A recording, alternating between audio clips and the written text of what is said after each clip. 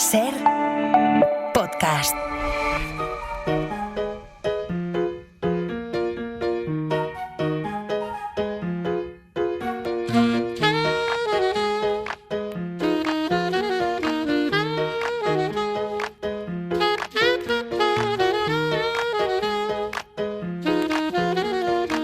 Coordenada 25, con Aimar Bretos. Esta está siendo la semana del Papa y eso nos ha generado muchas preguntas. ¿Por qué en un mundo más laico tiene tanto peso lo que le responda León XIV a Trump? ¿Es una contradicción? ¿No lo es? ¿Seguimos creyendo en algo? ¿Hay un resurgir religioso de verdad? Hoy en Coordenada 25, dime a quién rezas y te digo a quién votas. Pablo Simón, buenas noches. Hola, buenas noches, Aimar. Lo primero, Pablo, ¿cómo andamos de fe? ¿Cuánta gente sigue buscando en la religión una explicación a su vida, al mundo? Bueno, pues los datos que tenemos, ¿vale? En el año 1985 el 88% de los españoles se declaraba católico creyente. Hoy estamos en torno al 52%. Fíjate que hemos bajado, por tanto, 30 puntos. Nos hemos secularizado mucho. Han subido de un 1% a un 7% los creyentes de otras religiones. Y hoy a los ateos o agnósticos los tenemos en torno al 38%. Hubo un pequeño pico en pandemia. Yo me imagino que era todo tan terrible que mucha gente abandonó la fe, pero sí que es verdad que estamos estabilizados ahora mismo en torno a esa cifra. ¿Pero esto es porque la gente deja de creer o esto es porque no hay relevo generacional entre los creyentes? Sobre todo es, como muy bien apuntas, el tema del relevo generacional. Date cuenta que los mayores de 65 años, aproximadamente el 80% son católicos y sobre el 65% católicos practicantes, es decir, gente que va con alguna frecuencia a los oficios religiosos.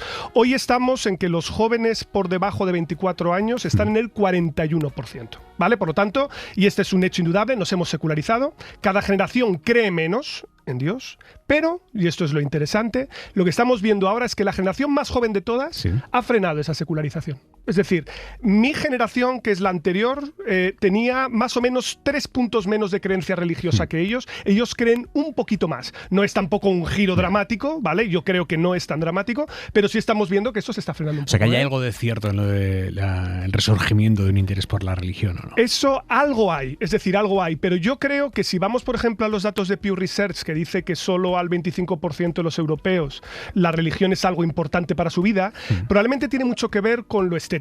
Es decir, probablemente tiene mucho que ver con que en un mundo de redes sociales, de interacciones crecientes, pues la estética religiosa puede tener un nicho que la haga hasta popular. No sé cómo tienes... Hay postureo en ese interés por la religión. Una parte sí.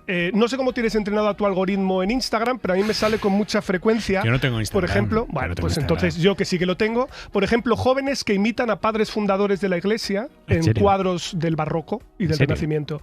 O, por ejemplo, a lo mejor te suena el cofrade que se hizo viral de Sevilla, que recorrió el mundo entero y que evidentemente no tenía nada que ver con lo religioso. Porque era guapo, ¿no? Justo, pero era en un contexto religioso. Es decir, que esos elementos... Tampoco era tan guapo. Bueno, vale, a eso ya entran los gustos, pero digamos que hasta desde el yo era ateo pero ahora creo, hasta Lux, ¿no? Y Rosalía, también yo creo que hay algo que tiene que ver con ese tipo de orientaciones. Que te mole el rollo de Rosalía disfrazada de monja y tal, no significa que vayas a ir a un retiro espiritual con la parroquia. Exacto, no tiene que ver. Por eso para mí el dato relevante es que se ha estancado, es decir, ha dejado de incrementarse la secularización, pero probablemente tenga más que ver con temas de identidad. Es decir, con qué se asocia ahora la identidad de la derecha y lo religioso, porque luego existe todo el componente de las religiones sustitutorias. Es decir, tú date cuenta que 1 de cada 3 españoles cree en el horóscopo, en el tarot o en la astrología. Y hay datos que nos hacen pensar que los jóvenes actuales todavía creen más. Es decir, hoy hay aplicaciones de citas que te dicen si tienes compatibilidad en función de tu signo del zodiaco. ¿En serio? Sí. Eso ocurre hoy. Cuando hablas de los jóvenes actuales te refieres a los Z. Los Z, sobre todo por debajo de 25 años. O sea que algo de eso hay. Necesariamente la gente tiene que llenar el hueco espiritual de una forma o de otra y busca el camino para hacerlo, a veces de una perspectiva más superficial, otras veces con mayor convencimiento o profundidad. ¿En qué medida condiciona el voto lo que uno crea sobre la religión? Desde luego condiciona porque además por historia la cuestión religiosa en España siempre ha sido importante. Es decir, la Iglesia Católica ha sido adversaria de la Ilustración y por lo tanto del liberalismo y del comunismo y del socialismo y el marxismo. Por lo tanto es lógico que veamos que tradicionalmente las personas ateas y agnósticas tendían a votar mucho más a la izquierda, aunque el catolicismo estuviera extendido. ¿Tendían? Hablas en pasado. Es que esto ha ido oscilando porque nos hemos secularizado, ¿vale? Claro, tú date cuenta que en la España de los años 80 cuenta, si el 80% eran católicos, necesariamente había católicos que votaban a la izquierda, pero porque si no es que no hay votantes, ¿no? Si no, Felipe González, ¿cómo gana las elecciones? No puede ser. Lo que hemos visto es que eso fue cayendo y ahora otra vez vuelve a pesar más el hecho religioso. Y eso probablemente tenga que ver con cuestiones de valores.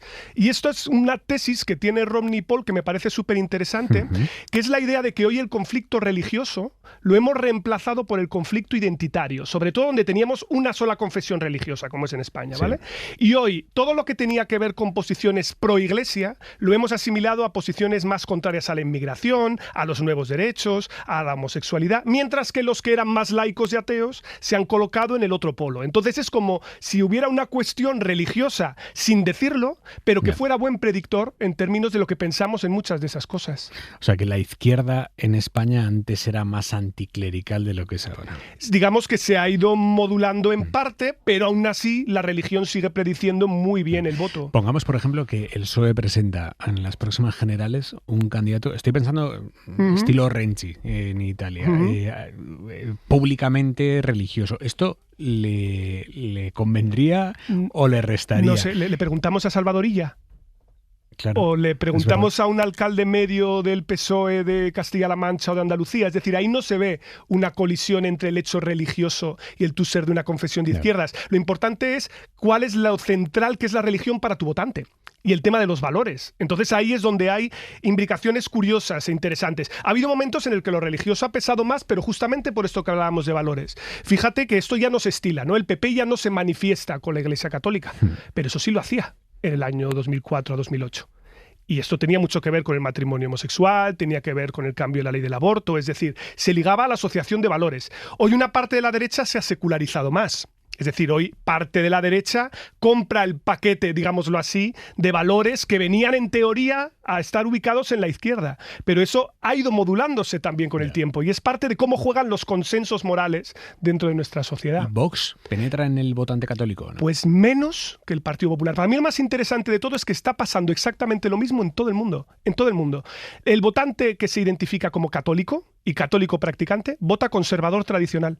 No a la extrema derecha, no a la derecha radical, no pasa en Alemania, no pasa en Francia, no pasa en Estados Unidos. Aquí no está ocurriendo tampoco. Y aquí es donde hay una cosa que es una tesis que, si luego en la tertulia saldrá el Papa, lo hablaremos, que es el tema de cómo el catolicismo, pese a ser enemigo de la Ilustración, tiene una idea de universalidad que entronca también con la idea de derechos humanos, que no ocurre así con las religiones evangélicas, las cuales son mucho más identitaristas, se basan en la confesión más inmediata pegada al hombre blanco tradicional. Y eso es lo que nos explica por qué el catolicismo puede ser más plástico a la hora de integrar otras identidades que potencialmente puedan entrar en conflicto, pero que la incorporen en su seno. Es algo muy especial. Háblame de esto, de las identidades que se cruzan, que me parece interesantísimo. Claro, date cuenta que muchas veces cuando uno va a una encuesta, coge y dice, ¿qué votan hombres y mujeres? ¿Qué vota gente homosexual, no homosexual? Claro, pero en realidad nosotros somos muchas cosas al mismo tiempo. ¿Qué ocurre con un obrero católico? ¿Cómo se orienta? ¿O cómo se orienta el voto de una persona que es homosexual y creyente al mismo tiempo? ¿Se orienta en función de qué es lo que siente vinculado al hecho religioso? ¿O en función de lo que es, según cuál es la orientación sexual que tiene? Ahí es donde para mí está la gracia de la política y de la discusión de los suelos morales. Pero ponme un ejemplo de un ámbito en el que estamos viendo esto claramente. Claramente, para mí... la Semana Santa, por ejemplo, puede ser un caso muy claro en el cual nosotros veamos manifestación religiosa en la que a su vez también haya implicación de personas no heterosexuales. Jesús Pascual, buenas noches. Hola, buenas noches, ¿qué tal? Jesús Pascual es el director de Dolores Guapa, que es un documental fantástico que muestra precisamente cómo las identidades no son estancas y fluyen entre sí, y en ese trabajo cuenta cómo participa de forma activa la comunidad LGTBI en el mundo cofrade. Que esto, Jesús, visto desde fuera, puede parecer contradictorio. Puede parecer contradictorio, yo creo, sobre todo visto desde fuera de Andalucía, porque dentro de Andalucía es una realidad, como ocurre también en otros contextos, ¿no? Como el sur de Italia, es una realidad que históricamente ha sido así. No solo participan, sino que de alguna manera las disidencias, y en concreto la figura del mariquita en Andalucía, ha levantado lo que viene siendo la religiosidad popular, ¿no? Y y no es algo de ahora, sino que es algo que lleva pasando durante muchas generaciones. Jesús, ¿esta tolerancia tú la ves de manera transversal entre todas las cofradías? O digámoslo, aquí hay un poco de sensibilidad política. Lo digo porque, por ejemplo, cuando pienso en otras también, no es religiosa esta manifestación popular, pero por ejemplo en moros y cristianos hay filas que tienen sensibilidades distintas, algunas más a la izquierda, otras más a la derecha. ¿Con las cofradías tú percibes que ocurre algo parecido, incluso en el ámbito de Sevilla? Sí, absolutamente. Porque las cofradías de Sevilla están formadas por distintas personas de distintas clases sociales, personas de distintos barrios, personas de distintos grupos sociales, en definitiva, ¿no? Que hace que haya hermandades, bueno, pues las hermandades del centro, por ejemplo. Hay hermandades que hasta el siglo XIX solo admitían dentro de su fila a personas con títulos nobiliarios. Claro, eso ya no es así, pero la gente que queda ahí, pues, es de determinada manera, ¿no? Y sin embargo, las hermandades más recientes, de creación más reciente, de las periferias, estoy pensando en la hermandad del Cerro del Águila, ¿no? Por ejemplo, pues son hermandades donde todo ocurre de una manera un poco más naturalizada, ¿no? Y un poco más laxa. Las hermandades, Jesús, tienen autonomía para desligarse de los discursos homófobos que existen en la Iglesia. Bueno, no tienen autonomía, digamos, a nivel oficial, pero tienen una autonomía a nivel en las distancias cortas, ¿no? Vamos a llamarlo así. Porque bueno, hay una frase, no sé si es de Chávez Nogales o de Núñez de Herrera ahora mismo, que dice que la Semana Santa de Sevilla siempre se ha conformado de espaldas a la autoridad civil y a la autoridad eclesiástica, ¿no? Como el cofrade como esta figura que conspira contra la autoridad, ¿no? Que me parece bastante interesante. Una cosa es lo que pasa, digamos, en la iglesia a nivel macro, y otra cosa es lo que pasa, pues dentro de, pues eso, de tu hermandad, de tu grupo. Pensamos también que las hermandades no hay o no se forman en su mayoría por personas religiosas, ¿no? Por sacerdotes, sino que, claro, allí pues entra todo tipo de personas. Y pensamos también que las hermandades, hasta hace bien poco, en Sevilla al menos, estaban formadas sobre todo por hombres. Y quienes hacían la vida social de la hermandad, que es algo que ocurre durante todo el año, no solo en Semana Santa, eran hombres. Y eran como, bueno, pues círculos de reunión donde se debatían temas que iban más allá de la Semana Santa, ¿no? Cuestiones sociales, del barrio, cuestiones políticas, por supuesto, claro. Vamos a escuchar este fragmento de Dolores Guapa. Vemos una procesión en la calle, vemos un costalero que va debajo del paso y dice: ¡Viva nuestro Padre Jesús! Todo el mundo. El costalero va debajo. Qué bonito, mira los pelos de escarpia. Porque ha dicho viva porque va delante una mariquita, dice: ¡Viva la Virgen de los Dolores! Con toda la pluma que tiene, hablando en plata, el pedazo de maricón. Y hasta nosotros mismas decimos: cuidado, el maricón, el número que está dando. Jesús, ¿hay algo de plumofobia? Hombre, claro que hay algo de plumofobia. O sea, la plumofobia es transversal yo creo que afecta a la sociedad al completo, ¿no? Y sí, incluso a las personas dentro de... Esto trasciende claramente a las hermandades, sí. Claro. Entonces, incluso dentro del colectivo, incluso personas que se pueden... se confesarán ateas y tal, y que pertenecen al colectivo LGTB, pueden, nunca mejor dicho, pecar de plumofobia.